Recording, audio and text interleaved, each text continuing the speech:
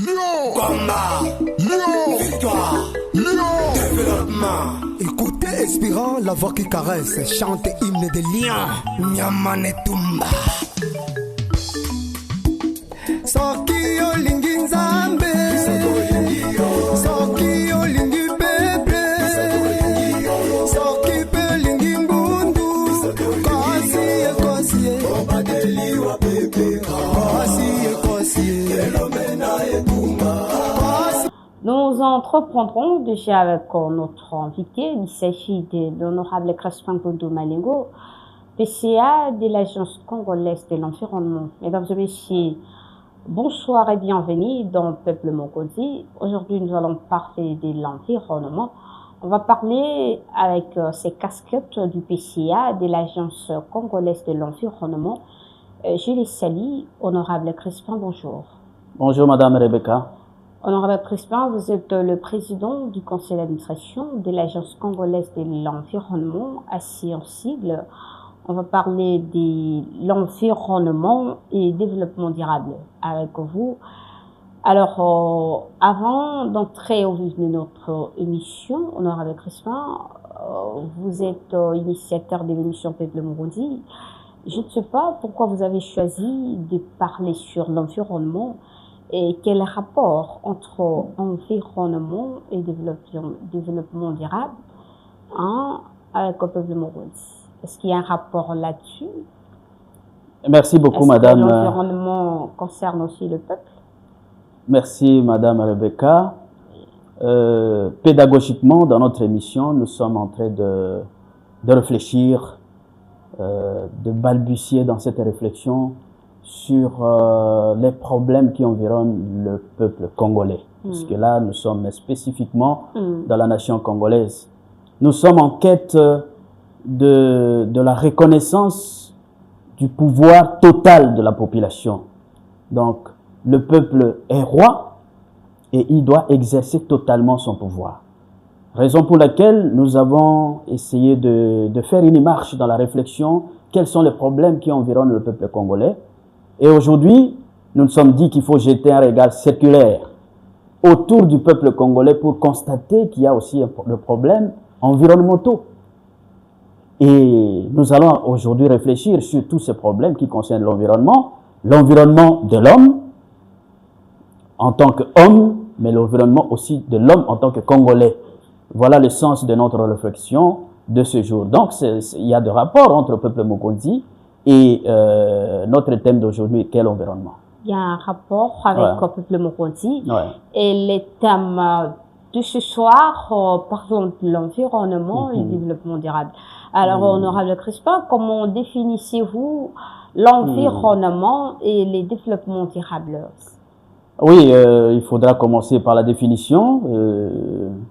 Et c'est une définition il y a plusieurs définitions, quoi. Ça dépend des contextes, des circonstances, des personnes qui définissent, et même de philosophies dans lesquelles on se retrouve face à l'environnement.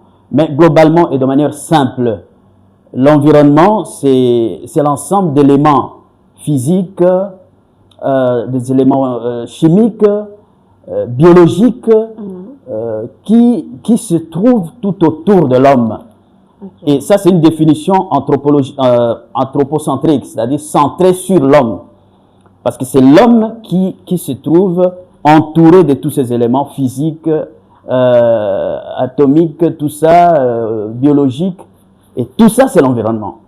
Mais il y a des gens qui ne sont pas d'accord avec cette définition pour dire que là, on voudrait mettre l'homme au centre de tout. Alors que pour certaines personnes, pour d'autres personnes, il ne faut pas parler de l'homme et de tout ce qui l'entoure, il faut parler de la vie. Parce que la vie n'est pas que dans l'homme. La vie, c'est aussi dans d'autres êtres. Donc, pour eux, la définition, c'est que c'est l'ensemble de tous ces éléments, comme j'ai dit, physique, biologique, tout ça, et qui environnent la vie et qui a de l'attraction entre la vie et ces éléments-là. Voilà un peu la définition par rapport à l'environnement. Alors, le développement durable, c'est une nouvelle façon de voir le développement. C'est un nouveau narratif. C'est une nouvelle vision, philosophie du développement qui met de l'équilibre entre la croissance économique et la protection de l'environnement. Il ne faut pas seulement se développer, il ne faut pas simplement croître, mais il faut également protéger. C'est ça le développement durable. Il faut veiller aussi à la protection des générations futures, parce que les générations futures doivent aussi se développer sur base de ce même environnement. Donc c'est ça le développement durable. Et il y a 3 mots qui caractérisent la durabilité du développement.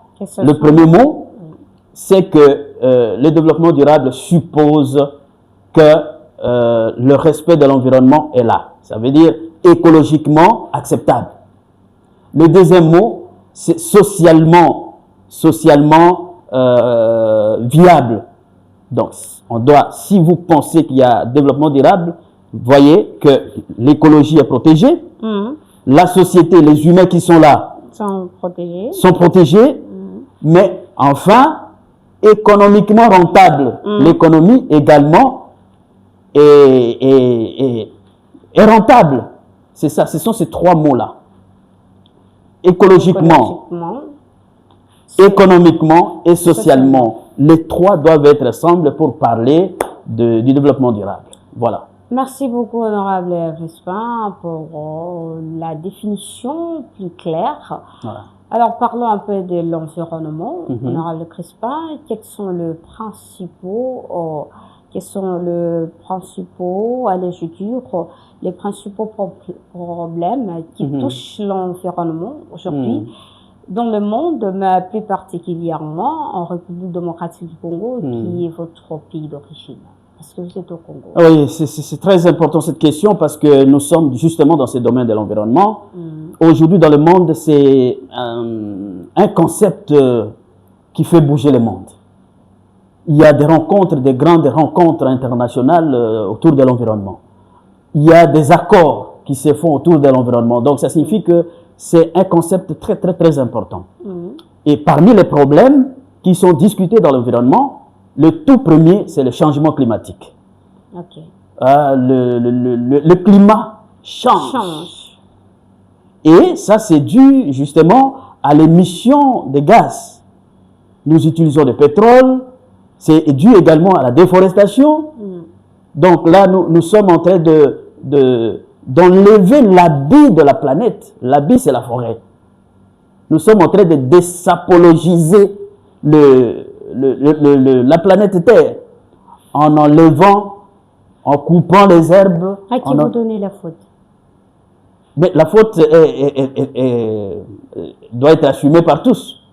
Donc, j'ai parlé du climat, la chaleur, mais après, le deuxième grand problème, c'est la pollution. Et la pollution, c'est le fait d'insérer des éléments nuisibles dans l'atmosphère, dans l'eau, dans la terre. C'est ça. Et ça, c'est le plus grand problème aussi aujourd'hui, qui fait que le monde doit se retrouver pour trouver des solutions. Le troisième, en dehors de la pollution, c'est l'exploitation abusive des matières premières. Et cette exploitation fait que les matières premières qui sont exploitées de manière abusive et à une vitesse énorme par rapport à sa reproduction, fait que petit à petit, nous risquons d'aller vers l'épuisement de ces gisements parce qu'il y a des matières non renouvelables. Donc, il y a aussi ce problème. Il y a le problème de la dégradation. Dégradation de la forêt, dégradation de la terre.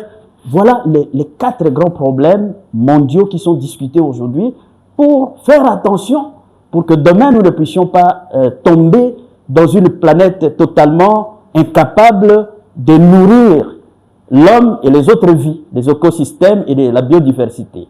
Donc, ça c'est pour ce qui concerne le monde dans son entièreté. Mais pour ce qui concerne la RDC, il y a également des problèmes qui sont similaires aux problèmes mondiaux, mais de manière spécifique. Pour la RDC, il y a d'abord le problème de la dégradation avec des érosions, le corollaire des érosions. Donc, il y a ces grands problèmes-là. Vous allez dans toutes les provinces, il y a des problèmes actuellement d'érosion. Il y a la déforestation. C'est un grand problème pour la RDC. Nous nous proclamons pays solution. Nous avons le bassin du Congo, mais en même temps, nous sommes parmi des pays qui détruisent la forêt. Honorable, pourquoi autant des érosions? Ça vient de quoi? Oui, justement, c'est quand vous dénudez la terre de ce qui fait sa force, c'est-à-dire vous coupez l'arbre qui doit protéger la terre.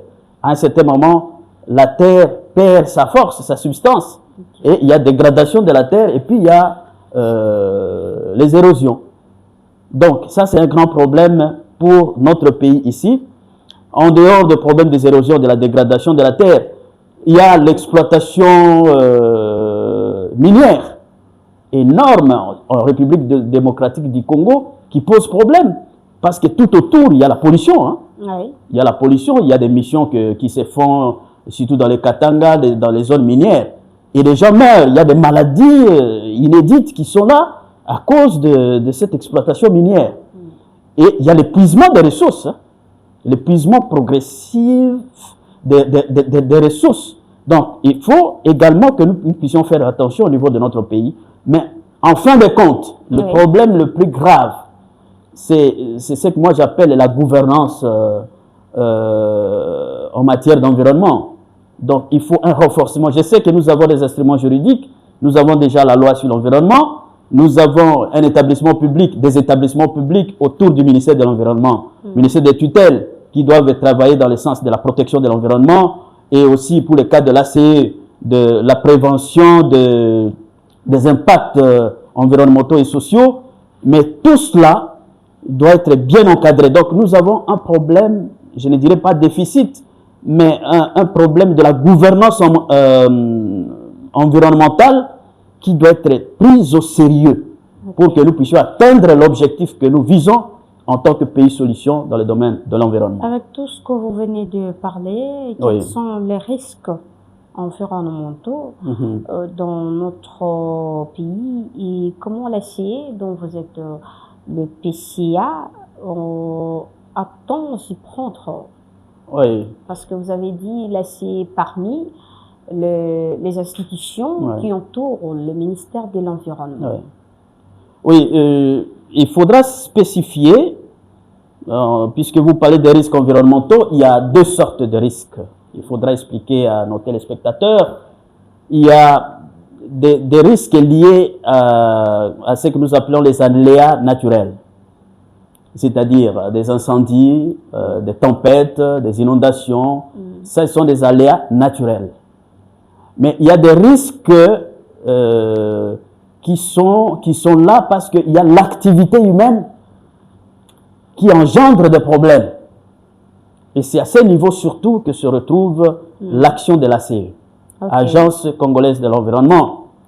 C'est un établissement public. Hier, c'était tout simplement le bras séculier du ministère de l'Environnement. Mais aujourd'hui, c'est devenu un établissement public depuis 2014 par le décret numéro 14/0030 du 18 novembre 2014.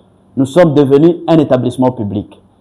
Et l'ACE commence d'abord par la première étape, c'est l'identification des zones ou des sites à problème. Là où il y a des risques, des grands risques pour l'environnement, mais aussi pour la société. Il faut les identifier. Mais deuxièmement, l'ACE passe par le problème de la gouvernance réelle. C'est-à-dire comment faire pour que tous les projets qui s'exécutent en RDC puissent respecter l'environnement et l'homme. C'est ça en bref, sans passer par beaucoup de détours. Tous les projets, dans tous les domaines, dans tous les secteurs. Ça, c'est la mission de l'ACE. C'est ça la mission qui s'exécute dans notre pays, doit respecter l'environnement et doit respecter l'homme. L'homme dans sa globalité, non seulement l'homme, mais aussi toute la biodiversité. Parce qu'il n'y a pas que l'homme, il y a des animaux, il y a la vie aquatique dans l'eau, il y a tout ce qui vit qui doit être respecté par tout le projet. Et là-dessus, peut-être plus tard, je vais vous expliquer comment l'ACE s'y prend, comment l'ACE se lance dans cette quête de la protection de l'environnement et de l'homme. Merci beaucoup, Honorable Crispin. Merci également à nos fidèles téléspectateurs et auditeurs Il y a beaucoup de gens qui ne savaient pas la mission de l'ACE, Agence congolaise de l'environnement, parce que beaucoup de monde entend parler de l'ACE, Agence congolaise de l'environnement. Les gens ne savaient pas vraiment c'est quoi la mission. Alors, vous venez d'expliquer la mission de l'Agence congolaise de l'environnement. J'espère que nos fidèles téléspectateurs sont tellement satisfaits, honorable Crispin, quels sont les objectifs poursuivis dans la nouvelle philosophie du développement durable. Oui, avant d'atteindre cette question sur les objectifs de développement durable, je voudrais revenir sur la mission de l'ACE, parce que ça c'est moi, hein, ça c'est nous, en tant que PCA. Je voudrais expliciter pour que les gens comprennent mieux ce que nous faisons. Parce qu'il y a des gens qui confondent l'Agence congolaise de l'environnement et le ministère de l'environnement. Oui. Donc l'ACE, comme je vous ai parlé de sa création, c'est depuis 2014. Donc c'est un jeune établissement public qui a une mission claire. Et sa mission, c'est d'abord de définir le cadre de l'évaluation environnementale en RDC. Et ce travail a déjà été fait. Vous avez les statuts de l'ACE, vous avez la loi sur l'environnement, vous avez toute une panoplie d'éléments réglementaires qui définissent le cadre dans lequel l'ACE agit dans le cadre de la protection de l'environnement et aussi des personnes ou de la biodiversité. Et tout est défini. Mais deuxièmement, l'ACE maintenant fait un travail de planification, comment en fait protéger l'environnement et toute la biodiversité à travers les projets qui agissent dans notre pays, dans tous les domaines comme je venais de le dire. Tout faire, mais veiller à la protection de l'environnement, veiller à la protection de la vie qui est à côté ou tout autour du milieu où vous faites votre travail. Exemple, l'implantation d'une industrie, de l'exploitation minière. Il faut des études. Donc nos partenaires passent par des études. Ils font des études d'impact environnemental et social. Pour éviter les conséquences à venir. Donc, on commence par les études. Et l'ACE analyse ces études et en fait de compte, si l'ACE accrédite vos études, vous donne les certificats d'études environnementales et sociales. Donc, en ce moment-là, l'ACE accepte vos études et vous donne le go pour que vous puissiez travailler en respectant ce qui est inscrit dans ces études-là. Et après, il y a l'étape de suivi. Vous avez commencé à travailler, mais il faut suivre si vous restez dans les normes environnementales. L'ACE est toujours là à vos côtés pour suivre si vous observez ce qui est inscrit dans les études. Et si vous déraillez, l'ACE est dans les droits de sanctionner. C'est la question que j'allais poser. Voilà, donc c'est ça le travail en fait, en pratique que fait l'ACE. Et là-dessus, nous avons un laboratoire. Parce que je devrais insister pour dire que c'est une structure technique et scientifique. C'est la raison pour laquelle, au-delà du conseil d'administration, vous avez la direction générale qui est faite du DG, des DGA. Vous avez des directions techniques qui appuient la direction générale. Et ce laboratoire, si nous sentons la pollution, par exemple, de l'air, on prélève l'air et on fait le travail pour voir à quel degré l'air est pollué. La même chose, on peut prendre de l'eau pour que ça ne soit pas du bavardage simple. Que tout ce que nous présentons comme risque soit étayé par des faits, par des preuves scientifiques. Voilà pourquoi nous avons des grands laboratoires pour appuyer ce que nous faisons comme travail. Voilà. Et enfin, l'ACE a aussi la mission de la formation. Il faut former les gens. Il faut d'abord former ses propres membres à comprendre, à connaître le travail puisqu'il est scientifique et technique. Il faut également former les partenaires. Les partenaires qui viennent agir avec leurs projets et qui doivent travailler avec nous, ils doivent être formés. Comprendre l'essentiel du travail qui doit être fait, mais aussi l'importance de la protection de l'environnement et de la vie. Donc voilà. Et enfin, il faut sensibiliser la population, parce qu'il n'y a pas que les partenaires, il y a toute la population qui doit comprendre le travail de la CE et l'importance de la préservation de l'environnement et de la vie.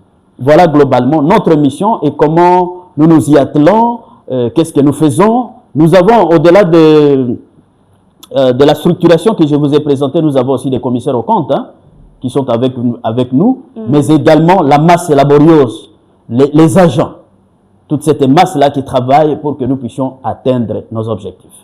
Voilà. Merci beaucoup, honorable Crispin. Nous allons déjà vers la chute, on nous signale déjà.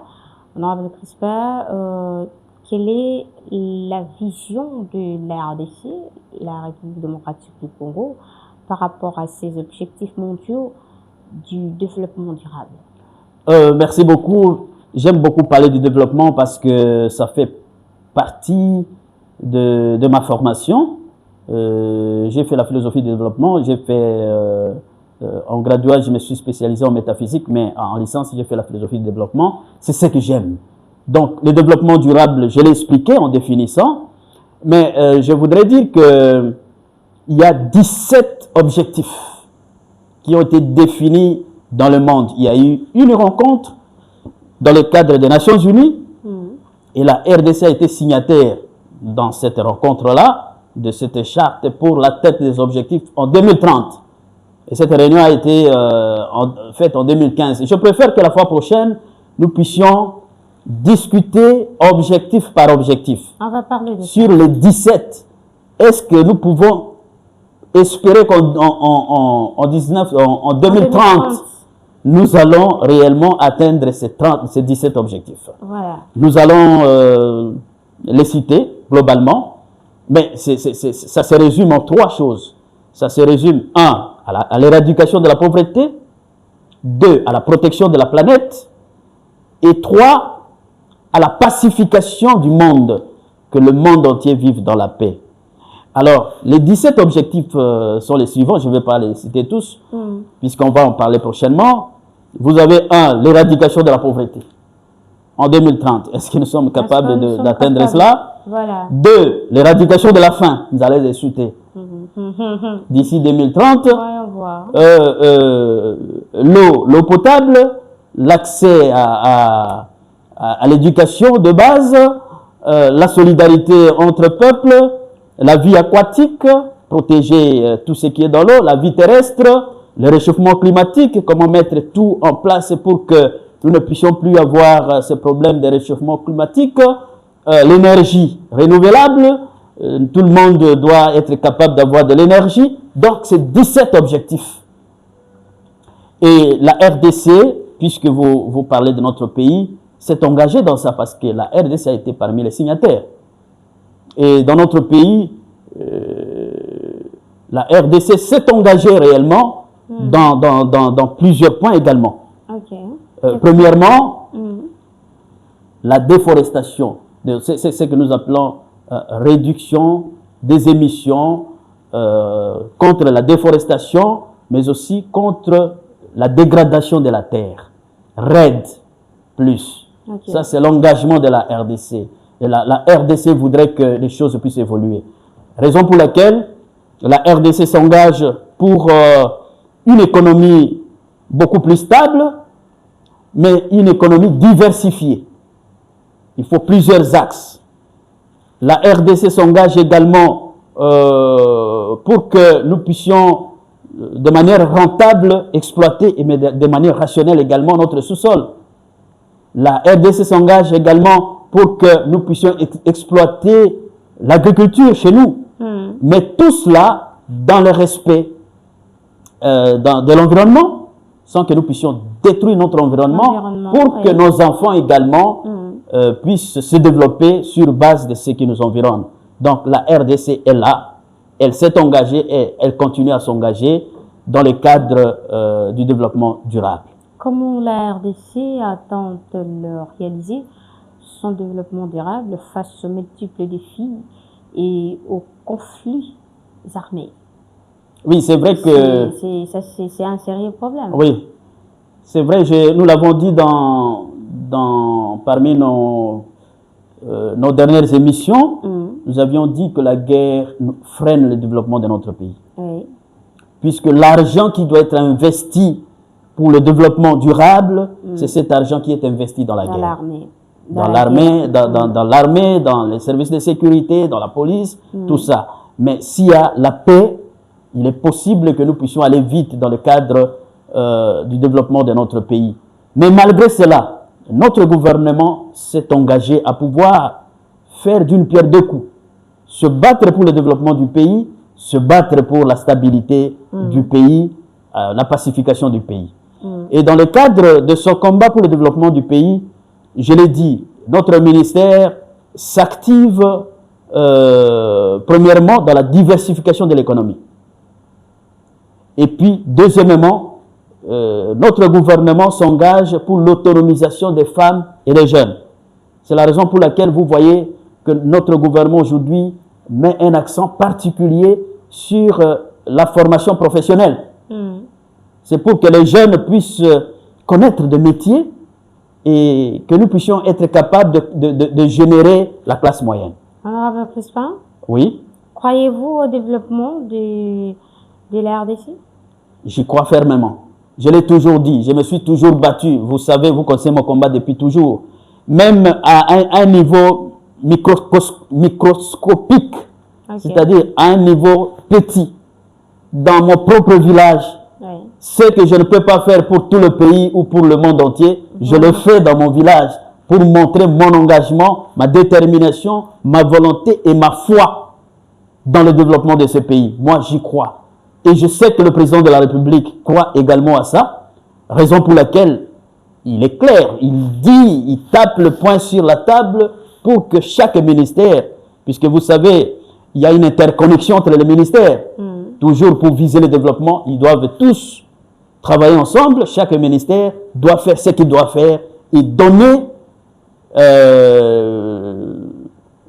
disons, les IOV, les indicateurs objectivement vérifiables. Pas seulement de bruit, mais qu'on voit que vous avez fait ça, ça, ça, ça. Et c'est ça qui va nous amener au développement. Moi, je crois que ce pays va atteindre ce développement, mais avec l'éveil. Hein, le travail que nous faisons, c'est d'éveiller les gens, de réveiller les gens pour que chacun fasse ce qu'il doit faire. Et ensemble, nous allons atteindre nos objectifs. Vous êtes en train de rougir. Les lions est en train de rougir pour réveiller la conscience des Congolais. Pour citer, honorable Crispin, l'ACE, Agence congolaise de l'environnement, est seulement installée ou alors implantée à Kinshasa ou bien il y a aussi dans d'autres provinces? Oui, là c'est progressivement en train d'être implanté. Comme je vous disais, c'est depuis 2014 que nous sommes réellement un établissement public et le travail se fait. Il y a le travail interne de l'organisation à l'interne au niveau de l'agence et dans la cohabitation entre les organes. Il y a le conseil d'administration, la direction générale, les commissaires aux comptes, tout ça. Donc, les organes doivent être ensemble.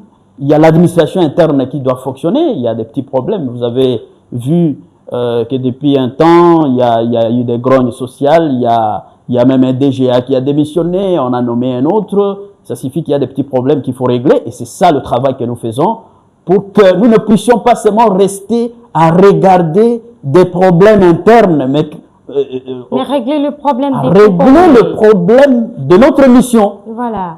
Et nous risquons, en regardant trop de problèmes internes, en s'attardant sur des problèmes, oublier notre mission. Les Congolais peuvent attendre quoi de vous, l'ACI, l'Agence congolaise de l'environnement, et surtout de vous, le PCA de l'Agence congolaise de l'environnement, parce que je ne suis pas en face du DG, je suis en face du PCA. Oui, les Congolais doivent attendre de nous, d'abord du conseil d'administration, le sérieux dans le travail, la détermination à faire avancer des choses en respectant la loi et les règlements. Okay. Pas faire avancer des choses de manière arbitraire. Et c'est ça notre travail. Nous sommes stricts et nous restons stricts jusqu'à la fin. Parce que la meilleure manière d'aider le président de la République, c'est de faire avancer son travail, de donner un bon bilan. Parce que le bilan du président de la République, c'est l'ensemble des bilans de tous ceux qui ont une portion du pouvoir. Et les Congolais doivent attendre cela de nous. Nous faisons notre travail et nous le ferons. de pouvoir protéger la population, protéger les écosystèmes, protéger l'environnement, en évitant des impacts négatifs sur l'environnement et sur la vie. Donc, c'est ça que tout le monde peut attendre de nous. Mais les membres de l'Agence congolaise de l'environnement doivent attendre du PCA et de tout le monde un engagement pour le respect des lois de la République, le règlement des statuts de la CE, mais aussi un travail cohérent.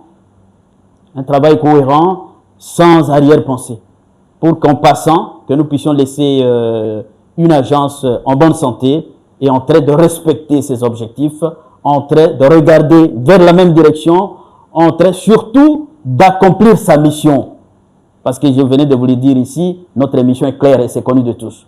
Il ne faut pas que nous puissions être détournés de notre mission pour faire d'autres choses qui n'ont rien à voir avec la mission de la CE. Espérons qu'à la longue, la CE sera une meilleure institution parmi les institutions du pays. Et ça sera dans toute l'étendue du pays. C'est le combat que nous menons. Nous sommes en train de progresser petit à petit. Et je crois que nous faisons aussi un travail de conscientisation à l'interne pour que nous puissions regarder vers la même direction et faire un bon travail pour le bien de l'établissement, pour le bien du peuple congolais qui doit se sentir en sécurité partout. Et c'est ce qui va être fait. J'espère bien que tant que nous sommes là, nous mènerons ce combat jusqu'au bout. Merci beaucoup, honorable Crispin Nkondo Malingo. Merci également à nos fidèles téléspectateurs. Honorable Crispin, un mot de la fin avant qu'on se sépare avec vous et on boucle cette émission. Le mot de la fin, le grand lion, fils de l'eau, de la terre, du feu et de l'air, voudrait vous demander tous, peuple congolais, hommes et femmes, mais aussi à tous les citoyens du monde, si vous savez que vous avez préparé une autre planète qui va nous accueillir tous, alors détruisez la Terre. Détruisez la planète Terre, comme ça nous allons tous immigrer vers cette planète-là, avec tous les écosystèmes, avec toute la biodiversité.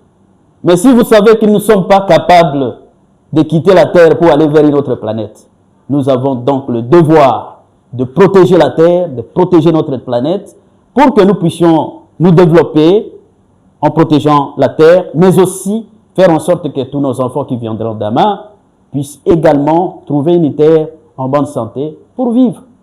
Nous ne devons pas seulement vivre pour nous-mêmes, nous devons aussi vivre pour les générations futures. Merci beaucoup. Nous devons aussi vivre pour la génération future. C'est par ce mot qu'on boucle cette émission. Mesdames et messieurs, vous nous avez suivis partout. On parlait de l'environnement et le développement durable. L'invité du jour était l'honorable Crispin Nkondo Malingo par ses casquettes du PCA de l'Agence congolaise de l'environnement, assez en sigle. Restez branchés, on se retrouve à la prochaine occasion et à la même heure. Au revoir. Lion, combat, lion, victoire, lion, développement. Écoutez Espérant, la voix qui caresse, chante hymne de lion. Nyamane Tumba. Soki olingi nzambe